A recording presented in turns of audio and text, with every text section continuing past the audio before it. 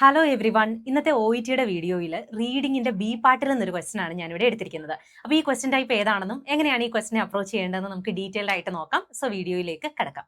So നമുക്ക് ഈ question ഒന്ന് വായിച്ചു നോക്കാം. In this email staff are being asked to.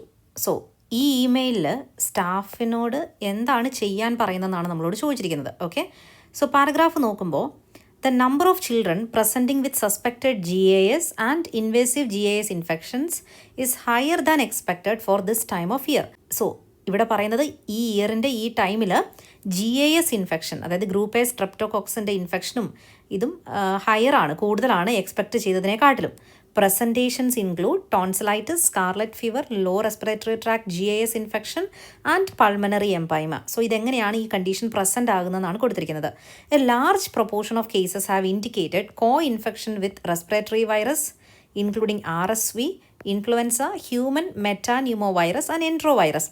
So large proportion of കേസസിൽ ഇതിൻ്റെ കൂടെ ഉണ്ടാകുന്ന മറ്റ് ഇൻഫെക്ഷൻ എന്തൊക്കെയാണെന്നാണ് പറയുന്നത്, ഈ ഇൻഫ്ലുവൻസ, എൻട്രോ വൈറസ് ഒക്കെ. Okay, this has placed an unprecedented pressure on the medication supply chain.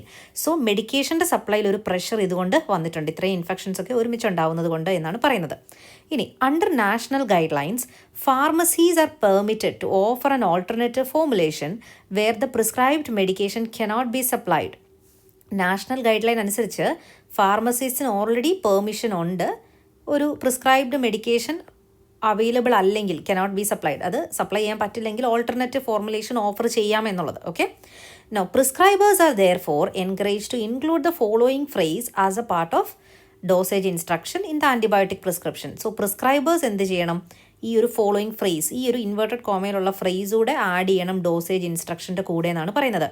If unavailable substitute as per local group A strep guidance. Available അല്ലെങ്കിൽ സബ്സ്റ്റിറ്റ്യൂട്ട് ചെയ്യാനുള്ള ഈ ഒരു ഫ്രേസോട് അവർ ഇൻക്ലൂഡ് ചെയ്യണം എന്നാണ് പറയുന്നത്.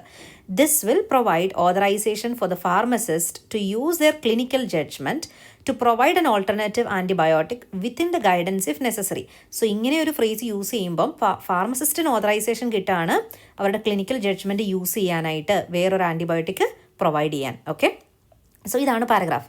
നമ്മളോട് ചോദിച്ചിരിക്കുന്ന ക്വസ്റ്റ്യൻ അനുസരിച്ച് staffs are being asked to be aware of changes to pharmacist responsibility, take steps to help alleviate a shortage of medication, ensure patient take their medication as prescribed. So ഇവിടെ നമ്മളോട് മെഡിക്കേഷൻ്റെ ഷോർട്ടേജിനെ കുറിച്ച് പറയുന്നുണ്ട്, ഫാർമസിസ്റ്റിൻ്റെ റെസ്പോൺസിബിലിറ്റി എന്താണെന്ന് പറയുന്നുണ്ട് അല്ലേ.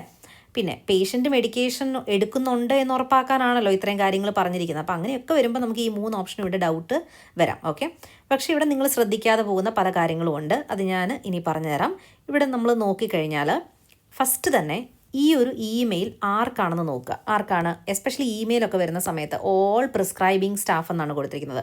അപ്പോൾ ഈ ഇമെയിൽ ഫാർമസിസ്റ്റിനുള്ള ഇമെയിൽ അല്ല. ഓക്കെ, ആർക്കുള്ളതാണ്, പ്രിസ്ക്രൈബേഴ്സിനുള്ളതാണ്, പ്രിസ്ക്രൈബിങ് സ്റ്റാഫ്.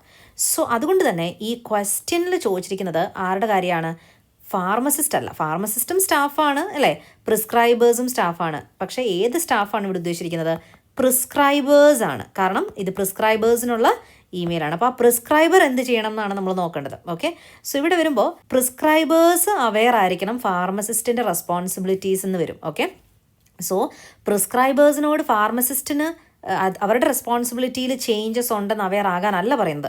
പ്രിസ്ക്രൈബേഴ്സിനോട് എന്താ പറയുന്നത്, ഒരു കാര്യമാണ് ഇവിടെ പ്രിസ്ക്രൈബേഴ്സിനോട് പറയുന്നത് അല്ലേ. Prescribers are there for encourage to include the following phrase.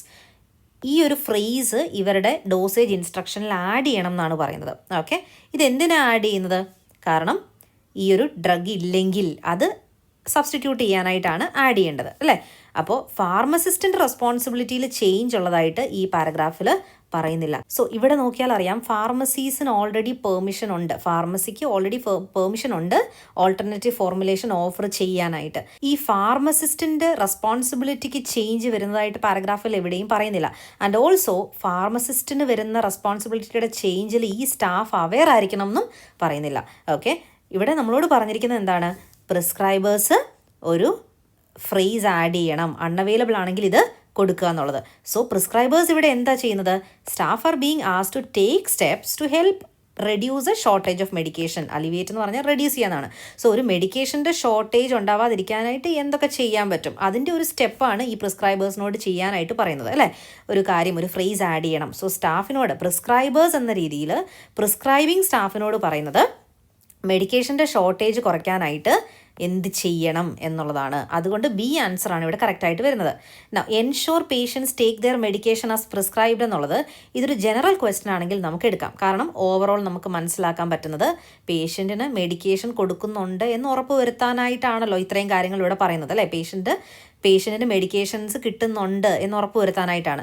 ഈ ക്വസ്റ്റ്യൻ ഒരു പർപ്പസ് ക്വസ്റ്റ്യനോ ജനറൽ ഐഡിയ ഒക്കെ ക്വസ്റ്റ്യൻ ആയിരുന്നെങ്കിൽ നമുക്ക് വേണമെങ്കിൽ ഇത് ഗസ് ചെയ്തെടുക്കാമായിരുന്നു. പക്ഷേ ഈ ക്വസ്റ്റ്യൻ സ്പെസിഫിക് ക്വസ്റ്റ്യൻ ആണ്. അപ്പോൾ അതുകൊണ്ട് തന്നെ നമ്മൾ ഇത്രയും ഫാക്ടേഴ്സ് കൺസിഡർ ചെയ്തിട്ട് വേണം ആൻസർ ചെയ്യാനായിട്ട്. ഞാൻ ജസ്റ്റ് സ്റ്റാഫ് എന്ന് കൊടുത്തിരിക്കുന്നത് കൊണ്ട് തന്നെ ഇവിടെ നമുക്ക് പല സ്റ്റാഫിൻ്റെ കാര്യമൊക്കെ പാരഗ്രാഫിൽ കൊടുക്കുമ്പോൾ ഡൗട്ട് വരാം, കൺഫ്യൂഷൻ വരാം. അതായത് എയും ബിയും വരാനുള്ള സാധ്യത ഉള്ളതായിട്ടൊക്കെ നമുക്ക് തോന്നാം. പക്ഷേ കറക്റ്റായിട്ട് മനസ്സിലാക്കി ആരാണ് സ്റ്റാഫ്, ആരുടെ കാര്യമാണ് ചോദിച്ചിരിക്കുന്നതെന്ന് ഐഡൻറ്റിഫൈ ചെയ്യുകയാണെങ്കിൽ മാത്രമേ നമുക്കിത് കോൺഫിഡൻ്റ് ആയിട്ട് ആൻസർ ചെയ്യാൻ പറ്റുള്ളൂ. ഓക്കെ, അപ്പോൾ ഈ ഒരു ക്വസ്റ്റ്യൻ നിങ്ങൾക്ക് ക്ലിയർ ആയെന്ന് വിശ്വസിക്കുന്നു. റീഡിങ്ങിൻ്റെ പാർട്ട് സിയുടെ ഒരു പെർട്ടിക്കുലർ ടൈപ്പ് ഓഫ് ക്വസ്റ്റ്യൻ മാത്രമാണിത്. അതുകൊണ്ടാണ് നമുക്ക് ഈ ഒരു സ്റ്റാഫ് എന്ത് ചെയ്യണം എന്നുള്ളത് പ്രിസ്ക്രൈബേഴ്സിൻ്റെ ആണെന്ന് മനസ്സിലാക്കി കഴിഞ്ഞാൽ ഈ ഒരു പോർഷനിലാണ് ആൻസർ വരുന്നത് മനസ്സിലാക്കാൻ പറ്റുന്നത്. ഈ ഒരു ക്വസ്റ്റ്യൻ ചെയ്യാനായിട്ട് നമുക്ക് ഹോൾ പാരഗ്രാഫ് ആവശ്യമില്ല. അത് ആ ഒരു ക്വസ്റ്റ്യൻ ടൈപ്പ് ഇങ്ങനെ ആയതുകൊണ്ടാണ്. ഓക്കെ, സോ ഈ ഒരു വീഡിയോ ക്ലിയർ ആയെന്ന് വിശ്വസിക്കുന്നു. ആയിട്ടുണ്ടെങ്കിൽ താഴെ കമൻറ്റ് ചെയ്യുക. Thank you so much for watching this video.